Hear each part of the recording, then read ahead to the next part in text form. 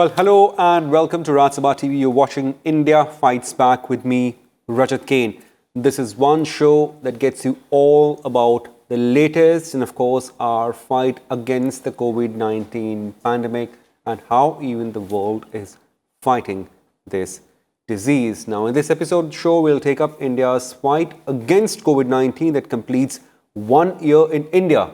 Well, it was on January 30th last year that first COVID-19 case was recorded in India, that of a Kerala student who had returned from Wuhan, China, from where the virus is believed to have originated.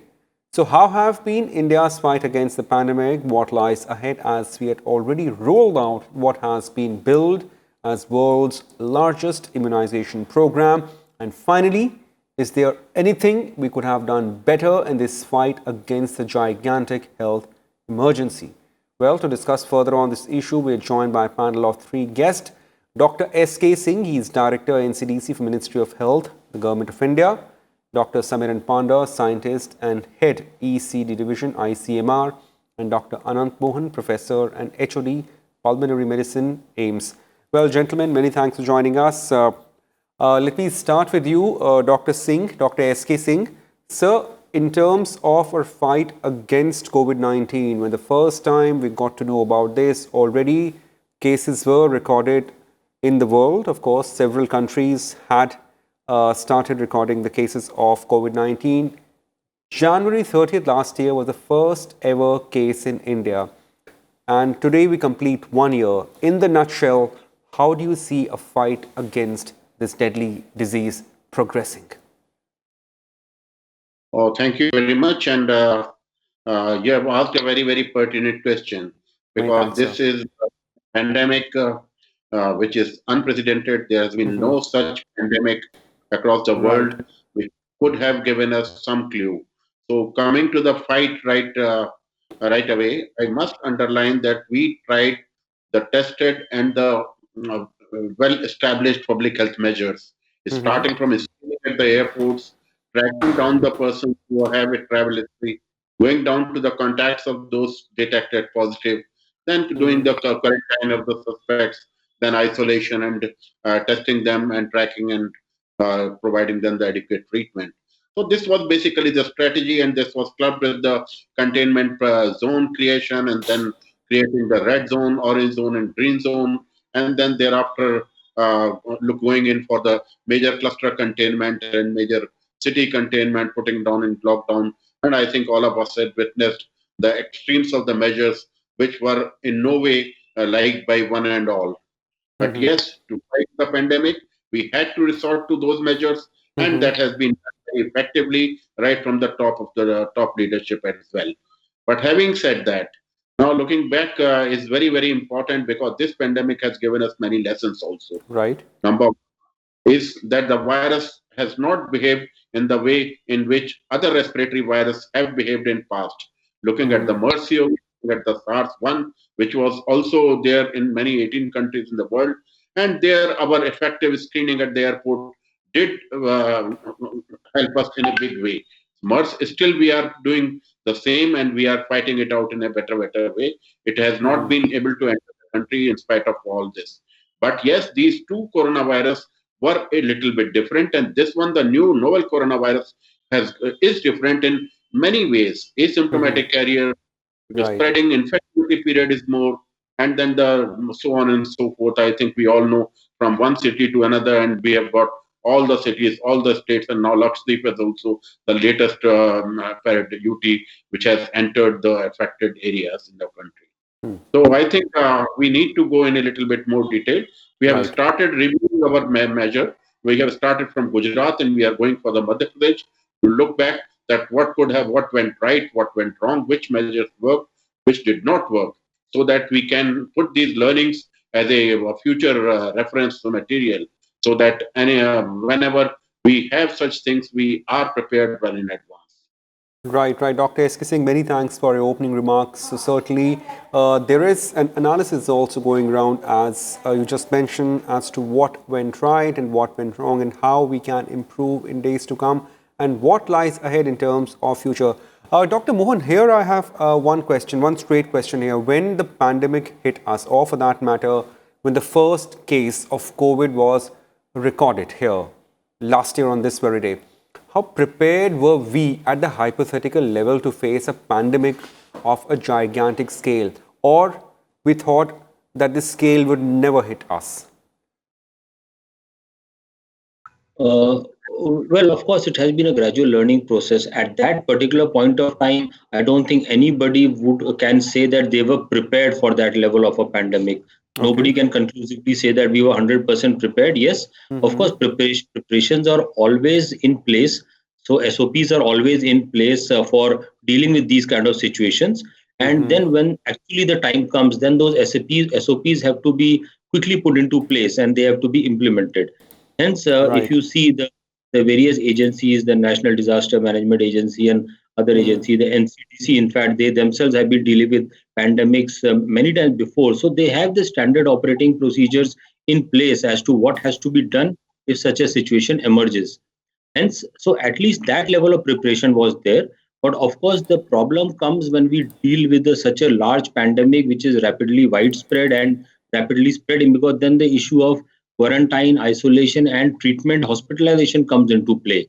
And then those factors also come. So whether we were prepared for that or not, that Okay. was the question. That was something that had to be very quickly enhanced, and all those things have to be enhanced, and the existing manpower, the existing infrastructure had to be quickly shunted, had to be diverted to these particular this particular pandemic. And that is why you know that a lot of beds had to be reserved, all Yeah. manpower had. So basically we had to divert. It was not as though we had the extra manpower, the extra infrastructure solely to deal with this. We had to divert. Hence, that is what gradually has been done. Of course, we cannot be prepared upfront, but there was definitely some basic preparation in place all the time. And of course, it was a phenomenal work of our, especially of medical fraternity, and you're a part of that, Dr. Anant Mohan. It has been a fantastic fight led from collective effort. Now, here I go to ICMR. Sir, first up, we will further discuss about the results. But first, what were the main challenges when the pandemic hit us, or for that matter, when we got the first ever case on January 30th? Dr. Panda. The challenges, Well, initial challenges. Yeah.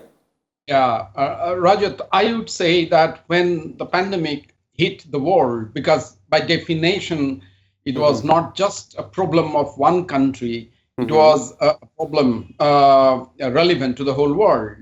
So the challenges were not only with regard to care, but also with regard to prevention. So on both the fronts, we had to seriously think through. Of course, we had the ability to deal with outbreaks, but outbreaks are in much smaller scale. Right, But right. here, Yeah. the scale was so big, it was really a humongous task. But I would say that there was, some sort of preparedness in place in terms of dealing with other coronaviruses, as indicated by Dr. Sujit Singh, and Dr. Mohan also said in terms of care. But the challenge was how to pull the strengths together from different quarters. And it was not just a matter to be dealt with by doctors or public health professionals. It also required involvement of the communities, inter-ministerial collaboration, international relationship, and also the regional relationship in terms of India with its neighboring countries. So it was not just one or two easily understandable dimensions of prevention and care, but it had other dimensions as well. So that's how I would describe the challenge. Of course, we did not think, or we couldn't imagine the magnitude it would take, as rightly pointed out by Dr. Mohan. Some of us probably had also this hope that, oh, all right, maybe we will not face enormity, but that was not to be. As a pandemic is, it actually engulfed us, the whole country. And the greatest challenge is or was, still it is persisting. We do not know whether yet whether we are over or we are moving ahead, leaving the pandemic behind. We are not yet sure. But I would say that the reference which we were all talking about was relating to something that took place 100 years ago, and none of us has lived that time. So that was the challenge. Certainly, certainly. Thanks. Many thanks, Dr. Panda. I'll come back to you. Certainly, we'll explore dimensions of this discussion further. Dr. S.K. Singh, I have one straight question here. Sir, now like we have, in last 1 month, we have seen numbers gradually coming down. Well, there was a time in September when we had touched a peak of nearly 1 lakh cases, not 1 lakh, you may correct me, it was around 98,000 something. What was the machinery, which include our scientists, our doctors, our health workers, and other help staff, what they were invested upon in terms of how the pandemic has to be controlled? And of course, like we brought down the numbers. There were surges which has happened on and off, but by and large, we have controlled numbers ever since that surge. Sir. I think you have very rightly pointed out things, but before answering this question, I like to put 4 important areas where the strength was targeted. Number one, logistics, that is the PPE. You know that our country was prepared with regard to that. Second one was the testing, which I think Samiran would answer better, that we had only 1 lab, that is an IV, and now we have more than 20 labs in the country which are doing. So this is one big step which has been taken by the country. And to be very straight in that, because this was a novel virus, no lab or no country was having diagnostic capacity for that. For that, ICMR came very, very handy, and they developed the facilities across the country. That was another step. So another important aspect was the health facilities. That one definitely, I think Anant Mohan will agree with me that in our health facilities, we are really not having the desired level of infection control practices, desired level of vaccination practices across all the districts in our country. So that was a very, very big challenge. Now coming to the challenge that is tackling the community level infection. I think in that we were a little bit blessed with the IDSP system being in place. We had network right up to the district level, and that network a lot. But that was required to be strengthened because, as Dr. Samiran has rightly mentioned, we were not at all prepared for a pandemic of this magnitude.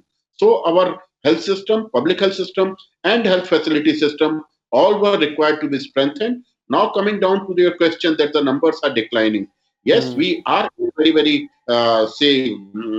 comfortable situation. As of now, we are having around 13,000 cases daily, new cases. Right, we are down from 8,000. What we are, as you rightly mentioned, we were having somewhere in the mid of September. In some states, it was October. In some states, it was November. So, because this pandemic is different, all areas, all states, we have seen when we are down in Mumbai, we were going up in Delhi, and similarly in Delhi, we have seen 3 surges. We were complacent, and then again the pandemic struck. So I must say that in this particular time, if we do a little bit of slackening, if we go a little bit wrong somewhere, then definitely the things are going to be not easy for us, as has been for the Western world. We can see in Europe, we can see in USA, we can see in Brazil. So I think having a comfortable time is one part, but having the future in mind is another part. Yeah. Right. Sustenance of this flattening, I mean, I would say downward spiral of curve is important. Dr. Mohan, how much do you agree with that, that we have to really sustain this coming down of numbers? Dr. Mohan. Yeah, absolutely. There is no question about it. No doubt about it at all. If you see we are still not out of the woods. Comfortable position, yes, but position can very quickly it can become uncomfortable also, and we have seen that in the past. So there is absolutely no room for any complacency, and there is absolutely no room for any slackening. And I would really I couldn't agree any more, because even now 13,000 cases per day may seem very small compared to 98,000 per day, but it is not so small either. And so it may very quickly escalate. Hence and a couple of states are still not doing very well. Kerala is not doing very well. Okay. So we go through these phases. A couple of states at all points of time are having a high number of cases. That has been the trend. Sometimes it is Maharashtra, sometimes it is Delhi, sometimes it is Kerala. Unless we really get to a situation where there is almost complete elimination, I really think we should be very, very careful. When you say, sir, that we should be extremely careful and we cannot be complacent, what exactly do you refer to here? Should we be maintaining our COVID-appropriate behavior? And also, at the same time, hypothetically speaking, is having a zero case at this stage, envisaging a zero cases, a possibility in near future, if we sustain this behavior? That is exactly so. Yes, first of all, we have to sustain and maintain that COVID-appropriate behavior. That is, again, without any doubt. Plus, let us hope that the vaccine which has come will also gradually give some degree of immunity and support and help to the whole community gradually. It will take a couple of months, but that, of course, we cannot help. We are doing the fastest possible. So with a mixture of all these, we hope that in the next couple of months, at least, we will be able to avoid any surge. And then, of course, the whole concept of the herd immunity, if the antibodies in the people who are already having the antibodies, if they sustain, and that helps them to be protected against further infection. So all these factors so we should be hopeful that all these factors together may help us, but then we don't know. So these are scientific premises. Right. Right. We have Dr. Samiran Panda as well with us. So last 1 year of pandemic also saw a lot of tough decisions being taken. Now, one of that was a lockdown. How important do you see the merit of a lockdown vis-a-vis controlling of the spread of COVID-19? Dr. Panda. Right. This is a very important reflection, I would say, because we look back and try to understand how necessary was it. But if we sort of go back in time and try to appreciate what was the situation, it was a new disease. The threat was enormous. We did not know much about the virus, neither about the potential future course it would take. And we also had idea about certain focal points, particularly knowing that it all started from Wuhan in China. So there was a necessity of containment, and how does one do it at the international level?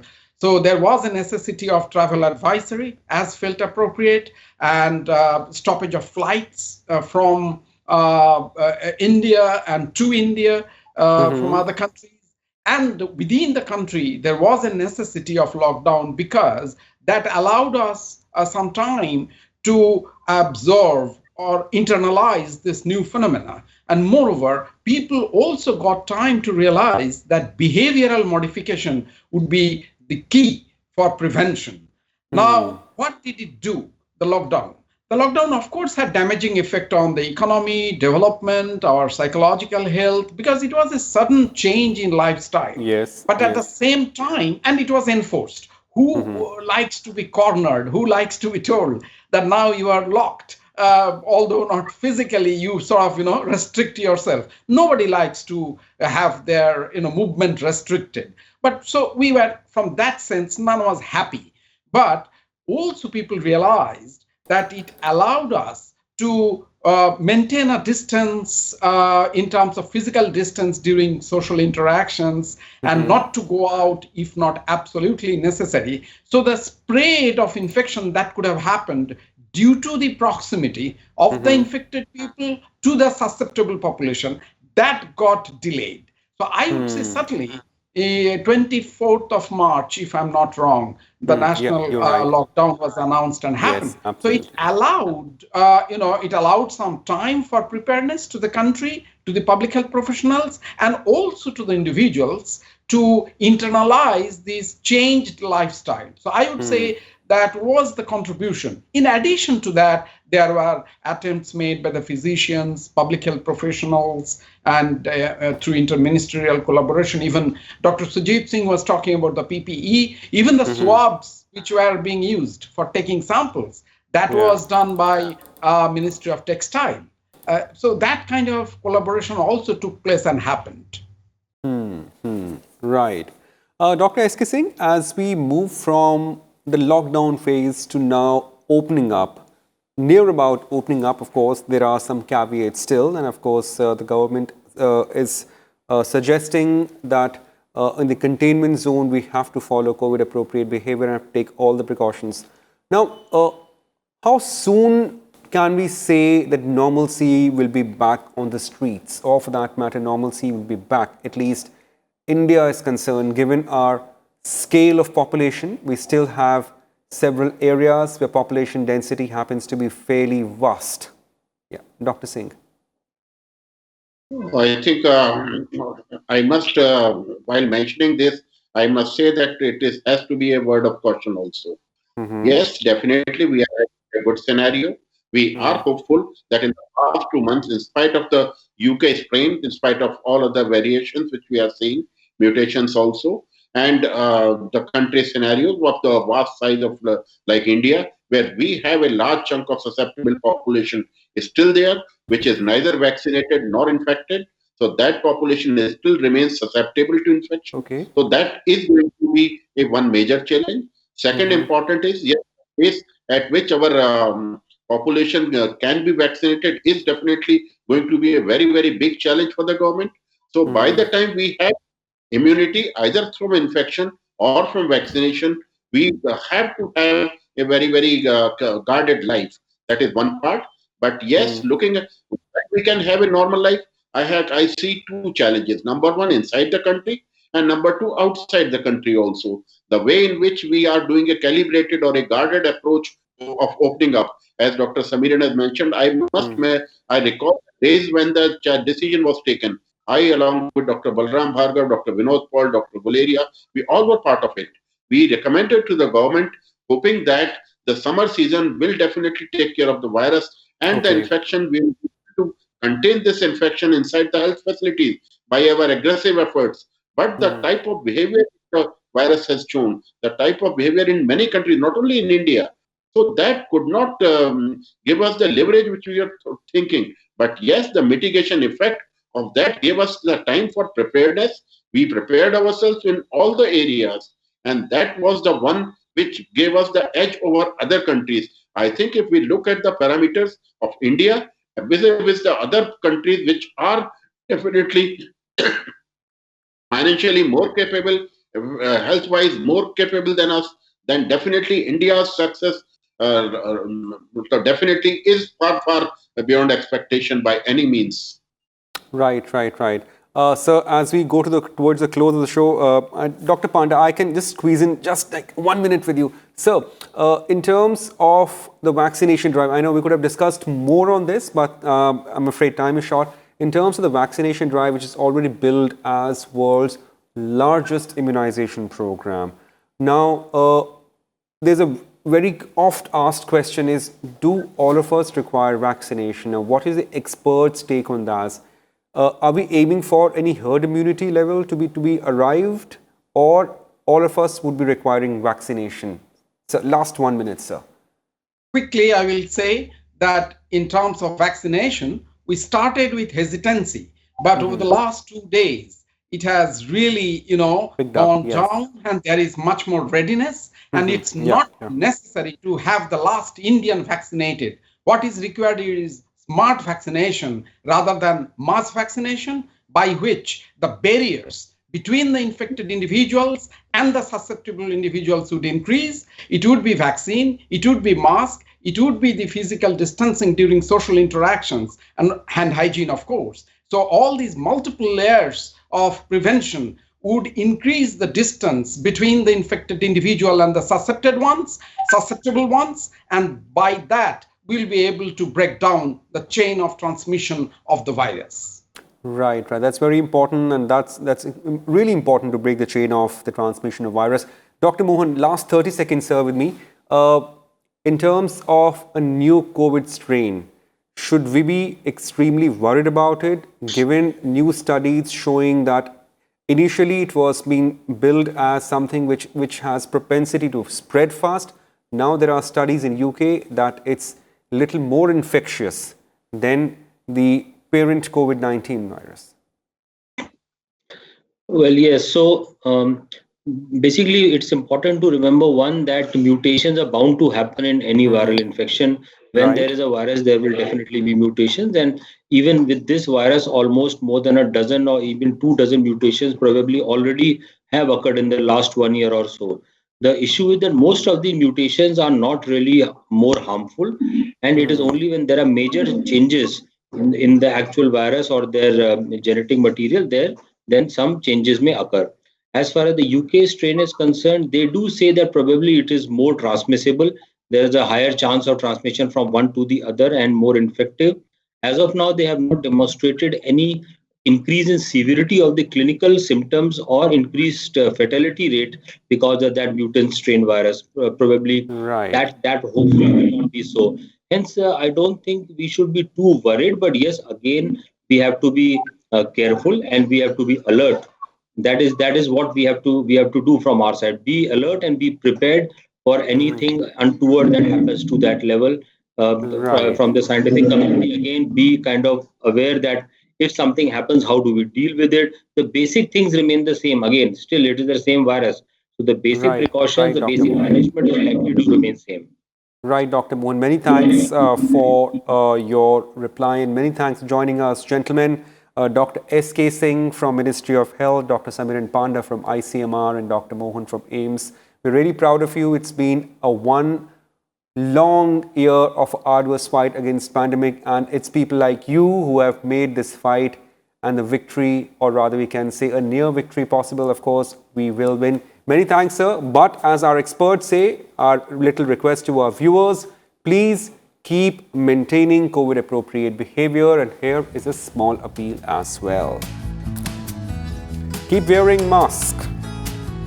Keep washing your hands 20 seconds at least, and do not forget to maintain physical distancing. Remember, these are small things that can help us in defeating the pandemic.